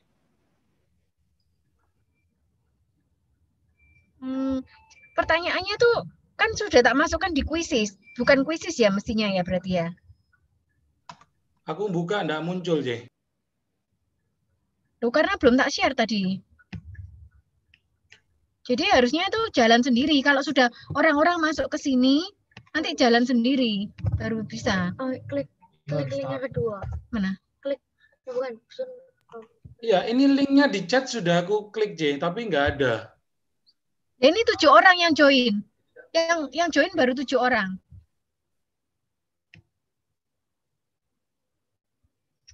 Nanti munculnya kayak gini. Belum bisa ya ini ya. Gimana caranya?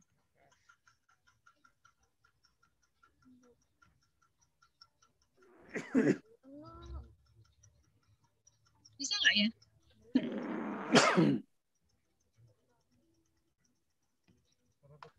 Ini link yang kedua aku klik nggak bisa, J. Ini aja deh, mendingan nggak usah share. Bapak Ibu mungkin ada pertanyaan untuk Monsinyur, bisa di chat ya. Mungkin gimana kalau sekarang ini aja manual aja ya. J manual aja, J. Oke.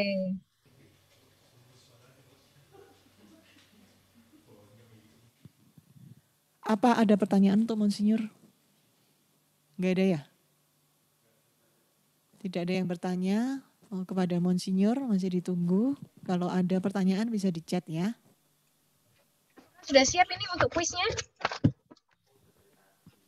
Sudah dari tadi kita menunggu kuis. Oke. Ini pertanyaannya multiple choice ini harusnya tuh pakai programnya Quizzes, tapi mungkin karena akan susah ya, jadi mungkin pertanyaannya manual aja. Yang pertama, yang bukan sebutan Maria, A. Bunda Putra, B. Mempelai Roh Kudus, C. Putri Bapa, D. Putri Yoakim. Mungkin siapa yang tercepat nulis di chat? Itu yang juaranya, mungkin gitu ya. Boleh saya ulang lagi? Yang bukan sebutan Maria. A. Bunda Putra. B. Mempelai Roh Kudus. C. Putri Bapa. D. Putri Yoakim.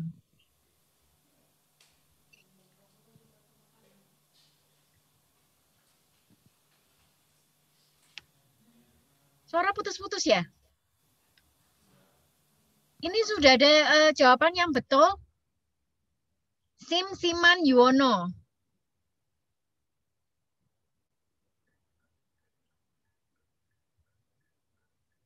Halo? Dengar ya? Dengar atau putus-putus nih? Dengar, J, dengar, J. Dengar ya? Mungkin juaranya itu ya, mungkin bisa dicatat.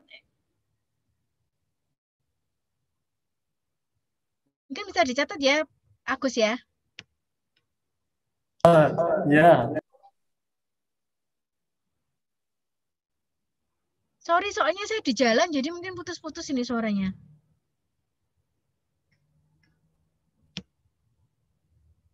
Untuk pertanyaan kedua,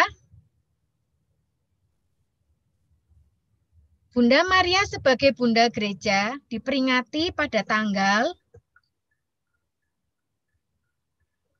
A. 25 Maret, B. 24 Mei, C. 25 Mei, D. 15 Agustus.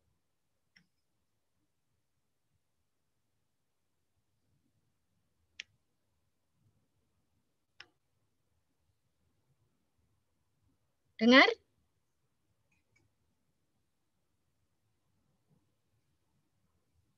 Halo? Halo? Dengar, J, dengar. Dengar ya?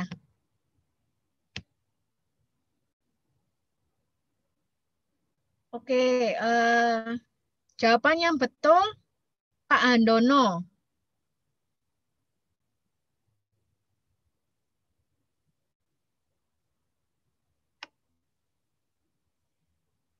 Ada berapa Bu Devi hadiahnya Bu Devi? 5 ya sama, J. 5. 5 ya. Ya, kita lanjut untuk pertanyaan ketiga ya. Kriteria menjadi murid Yesus adalah A. Dibaptis, B. Baca kitab suci tiap hari, C. Menyumbang gereja, D. Mendengarkan dan melaksanakan firman.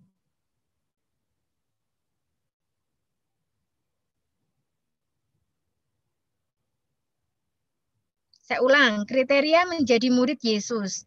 A. Dibaptis, B. Baca kitab suci tiap hari, C. Menyumbang gereja, D. Mendengarkan dan melaksanakan firman. Tadi ini udah dikatakan oleh Monsinyur ya tadi ya.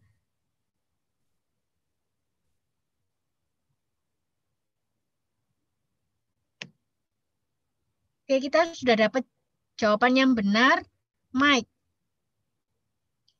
Jawabannya adalah mendengarkan dan melaksanakan firman. Untuk pertanyaan selanjutnya, Saya lanjutkan ya.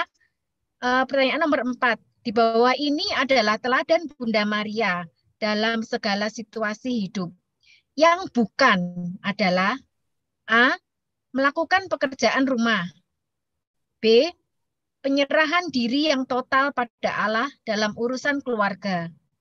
C. Mencari Yesus di bait Allah. D. Penyaliban Yesus.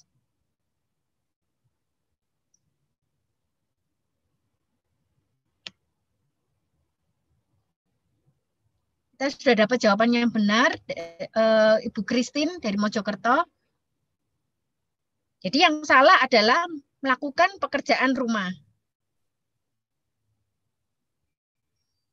Oke, lanjut ya untuk pertanyaan terakhir ini. Pertanyaan nomor 5. Maria menyimpan segala perkara itu dalam hatinya. Artinya, A. Maria tidak segera memahami semua yang telah didengarnya. B. Maria sangat rendah hati. C. Maria sosok yang tidak membantah. Dan D. Maria teladan Bunda Allah.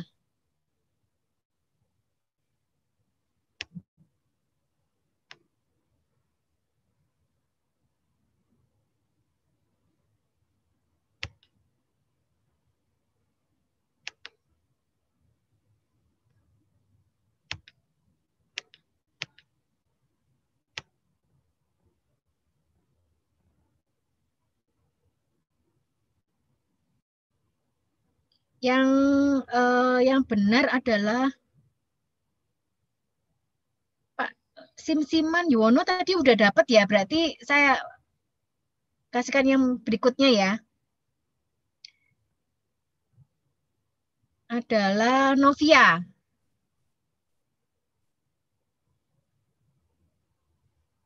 Oke, sudah 5 pertanyaan tadi ya. Mungkin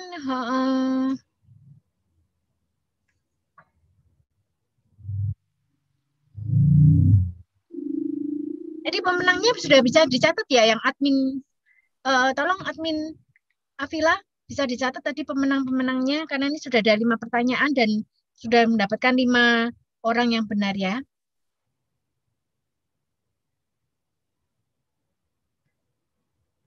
Oke, kuis saya tutup dulu. Terima kasih. Thank you, J.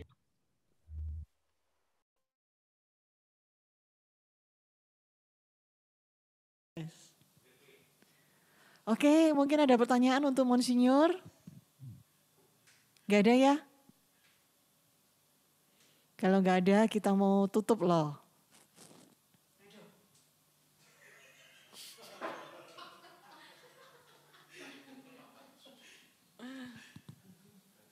Baik, Bapak Ibu sudah terkasih. Pengumuman dulu ya sebelum kita tutup PD pada hari ini. Pengumuman, silakan minggu depan masih di Rojak Manis, Romo menjelaskan umat mengerti sekarang. Kita sudah melepas bulan Mei, sudah berganti tema, tidak lagi tentang Bunda Maria. Kita kemarin sudah sampai 1 bulan penuh kita membahas tentang Bunda Maria. Minggu depan, sebentar. Atau ada yang berulang tahun, hari ini mundur 1 minggu ke belakang, akan diberkati oleh Monsinyur. Nah ini sudah terkasih, temanya ini yang apa ini, viral atau yang banyak diperdebatkan. Di luar gereja Katolik gak ada keselamatan, ngomongnya mesti gitu ya toh. Di luar gereja Katolik tidak ada keselamatan, benar atau salah, salah atau benar. Ayo hadir ya. Bapak Ibu perlu kami umumkan, sementara ini ID Avila yang biasanya 311 300.000 itu sedang bermasalah. Jadi kita hari ini kita nggak pakai ID itu, minggu depan kita ganti ID. Kalau biasanya 3 sekarang diganti 911 900.000 ya. Kita berusaha cari nomor cantik. Tapi ini kapasitasnya cuma 100 kali ini. Baik, selanjutnya mengajak Anda semua dalam misi evangelisasi. Saudara terkasih, Bapak Ibu, kalau belum ikut saya berani mengatakan harus ikut. Kenapa? Pada saat kita ikut ini kita benar-benar belajar dan yang terutama dibakar. Dulu saya ikut misi evangelisasi ini tahun 96. Mungkin saya kalau enggak ikut misi evangelisasi saya mungkin enggak bisa bertahan sampai sejauh ini untuk melayani Tuhan, untuk terus bersekutu dengan Tuhan, untuk bertumbuh ya. Saya mengundang Bapak Ibu yang belum ikut harus ikut. Selanjutnya jangan lupa join di IG-nya Avila, join di Facebook-nya Avila, YouTube-nya Avila. Karena di situ nanti kalau Bapak Ibu butuh didoakan setiap Jumat, Sabtu, Minggu kita selalu muncul di story-nya IG. Kalau butuh doakan langsung diketik. Kalau nggak follow nggak bisa lihat story-nya, ya kan? Di sini nanti ada pengumuman, ada sekilas apa yang acara yang akan kita adakan, flyer-flyer semuanya di sini. Lainnya? Ulang tahun, ada yang ulang tahun hari ini mundur 1 minggu ke belakang. Yang bisa ulang tahun, yang bisa ulang tahun. Yang ada yang ulang tahun kah? Saya nggak bisa lihat. Nggak ada ya? Nggak ada ya? Nggak ada. Kalau nggak ada kita tutup. Monsinyur nanti saya berdoa, Monsinyur tolong tutup berkat ya. Baik, kita mau tundukkan kepala kita. Tuhan, terima kasih pada siang hari ini kami sudah belajar dan mendengarkan banyak tentang Bundamu yang sungguh luar biasa. Biarlah kami dalam menjalani hari-hari kami boleh meneladani Bunda kami terkasih, Bunda Maria, sehingga kami semakin hari semakin menyenangkan hati-Mu. Dan semakin hari Engkau boleh semakin bersinar melalui kami Tuhan. Karena kami adalah anak-anak yang sudah Kau pilih, yang terus belajar tentang Kau. Terima kasih Tuhan. Kami saat ini juga berdoa untuk Monsinyur. Biarlah terus Engkau berkati rahmat-Mu, anugerah-Mu, kasih karunia-Mu terus melimpah bagi Monsinyur. Pakai Monsinyur lebih dan lebih lagi. Biarlah Kau urapi dengan kuasa Roh Kudus-Mu yang luar biasa. Sehingga Monsinyur boleh terus berkarya, boleh terus membawa anak-anak-Mu untuk datang kepadamu. Dan lebih lagi Tuhan, Dia memberkati banyak orang untuk kemuliaan-Mu. Terima kasih Tuhan. Kami sudah selesai bersekutu hari ini. Kami sungguh rindu untuk minggu depan kami boleh kembali bersekutu. Untuk ini kami akan menutup persetujuan doa ini dengan berkat dari Monsinyur. Ya Allah Tritunggal Maha Kudus, urapilah saudara-saudari saya ini satu persatu. Semoga segala hal, terutama benih-benih sabda-Mu yang kami taburkan dalam hati kami bersama pada hari ini, Engkau tumbuhkan agar berbuah bagi keselamatan kami dan orang-orang yang kami doakan. Sertailah kami selalu, terutama dalam kesatuan kami dengan Bunda Yesus Putra-Mu yang menjadi Bunda dan pelindung kami. Kami persembahkan seluruh hari kami ini dan saudara-saudari kami ini dalam berkat-Mu yang Maha Kuasa, Bapa dan Putra dan Roh Kudus. Amin. Terima kasih Monsinyur, terima kasih saudara terkasih. Kita mau tutup sekali lagi PD ini dengan menyanyikan lagu pujian untuk Bunda kita. Engkau yang dipilih Allah Bapa di surga untuk melahirkan putranya yang kudus. Engkaulah Bunda Kristus, Bunda Sang Penebus segala dosa manusia.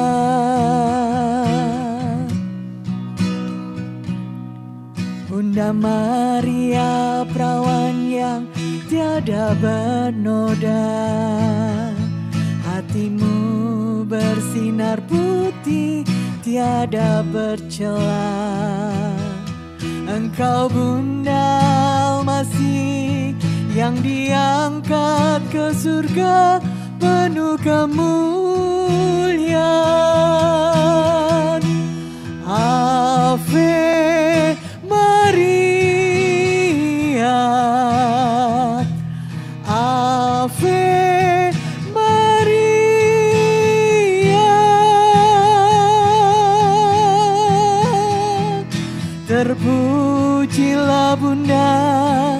terpuji namamu sepanjang segala masa. Ave Maria, Ave Maria.